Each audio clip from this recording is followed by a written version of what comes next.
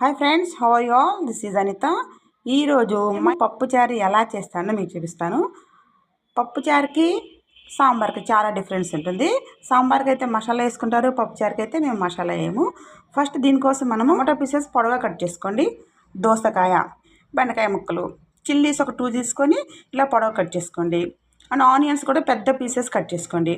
కొన్ని carrot pieces and కరివేపాకు. వెజిటబుల్స్తో పాటు కందిపప్పుని మనం మెత్తగా కుక్ చేసుకోవాలి. కందిపప్పు ఉడికేటప్పుడే ఒక 2 చిల్లీస్ చిన్న చిన్న పీసెస్గా కట్ చేసి వేసాను.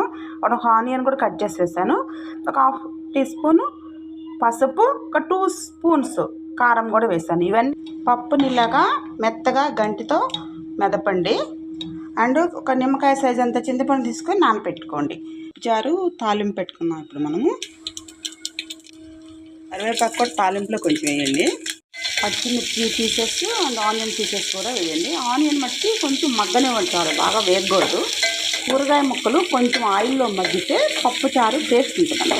ఒకసారి తాలింపు పెద్ద డిష్లోనే పెట్టేసుకుంటే పప్పుచారుకి ఇంకా మళ్ళీ మార్చుకోవాల్సిన అవసరం ఉండదు. ఈ పప్పు కొంచెం ముక్కల్లో కలిసేటట్టు ఒక 2 మినిట్స్ కొంచెం ఆయిల్లో మగ్గనిద్దాం అనమాట.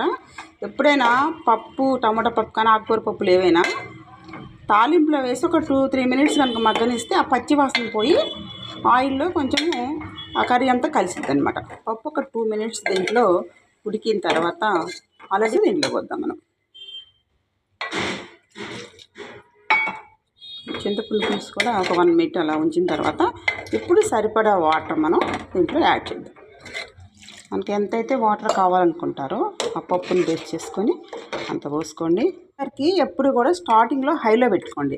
కొంచెం పొంగు వచ్చే ముందు సిమ్లో పెట్టేసుకోండి. అప్పుడు మంచిగా మరుగుతాయి అన్నమాట. పప్పుచారు ఎంత మరిగితే అంత టేస్ట్ ఉంటాయి. ఈ వాటర్ క్వాంటిటీని బట్టి సాల్ట్ యాడ్ చేసుకోండి. ఇప్పుడు పొంగు పెట్టినప్పుడు కొంచెం సిమ్లో పెట్టేసుకోండి. ఇంకా తాలింపులో కరివేపాకు వేయడంతో పాటు మరిగేటప్పుడు కూడా కొంచెం కరివేపాకు వేయండి. ఉమెన్ ఎక్కువగా కరివేపాకు, పసుపు యూజ్ చేయాలి. ఇటీవల కాలంలో సర్వైకల్ క్యాన్సర్ చాలా ఎక్కువగా ఉంటుంది.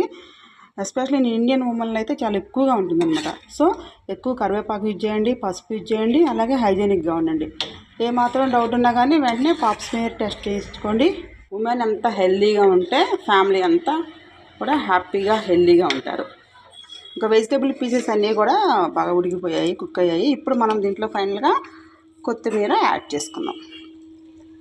వేడి వేడి అన్నంలో ఈ పప్పు చారు వేసుకొని ఈ అప్పడం కూడా కొంచెం నంచుకొని తింటుంటే చాలా బాగుంటుంది.